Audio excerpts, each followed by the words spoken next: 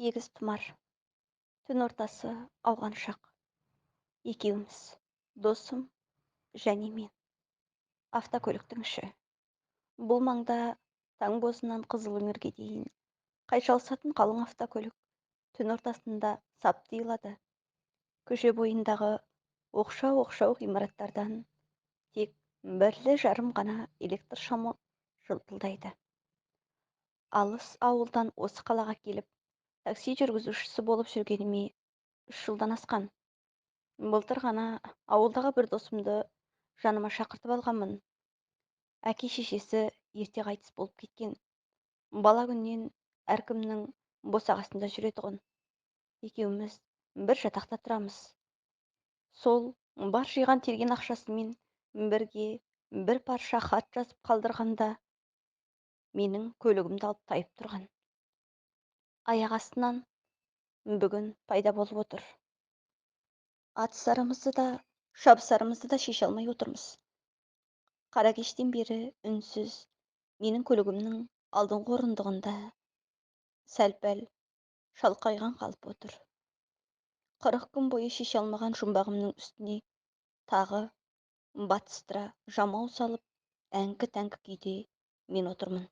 Кешір, бүгін ескіше 14-ті, айдың толған күні.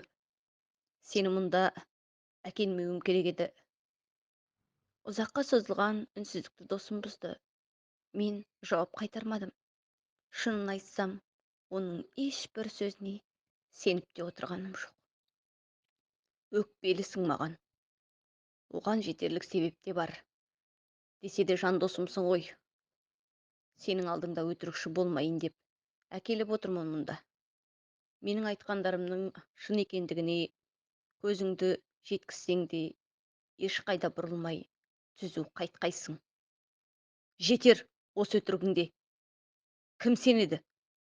Одан да басқалай бір жол таппадың ба? Мен шарқ ете қалдым. Шамасы оның шамына қатты тисе керек. Басын оқыс жұлып алып, жағамның жұлқи өзіне қарай тартты да: тыңда, сайтанның сапалағы, мен басынан бастап айтып беремін. Оған дейін нұрым қызда шығар, сосын кетемін.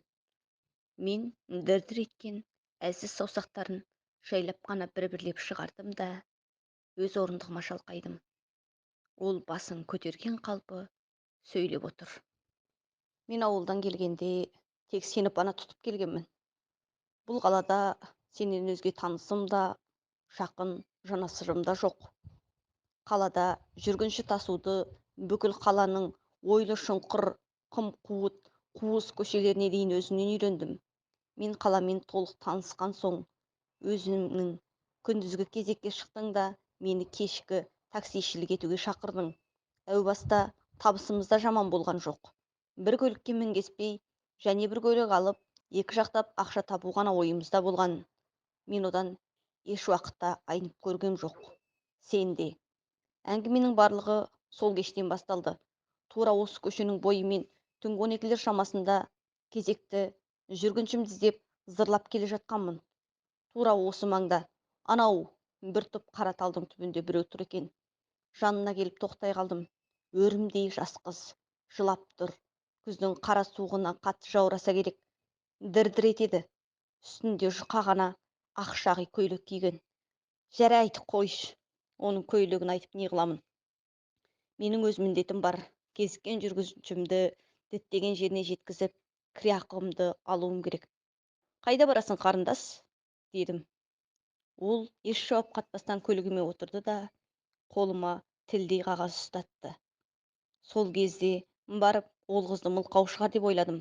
Қағазда қаланың терістік бетіндегі шағын ауылдың адресі жазылған. Көшенің де, үйдің де адресі анық. Мен солай қарай бет алдым. Анда-санда айнадан артқы орындықта отырған қызға еріксіз көз жүгіртемін. Тіпті менің қиялым жетпестей сұлулық. Шіркін, тілі болса ғой, әңгімеге тартар едім деп армандадым. Ақыры барар жеріне де жеттік. Тар көшенің ең соңғы үйі болар шамасы. Ары жол жоқ.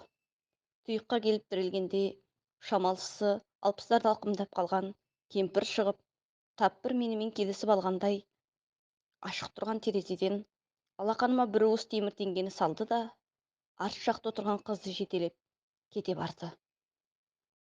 Мен орнымда есім ауа жаздап мелшидім қалдым. Мана байқамаған болармын.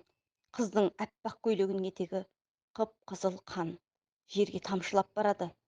Мен жалма-жан артқы орындыққа, қыз отырған жерге жарық салып қарадым. Дым жоқ, тап-таза. Бірақ мұрныма қанның қаңсық иісі келгендей болды. Қайтадан кетіп бара жатқандарға қарадым. Екеуі де еңкілдеп жылап бара жатқандарын иықтарынан ақ сезіліп тұр. Сол жерден таң ағаранға дейін отырдым. Неге екенін қайдам, әлдебір тылсым күш кері кетуіме ырық берер емес.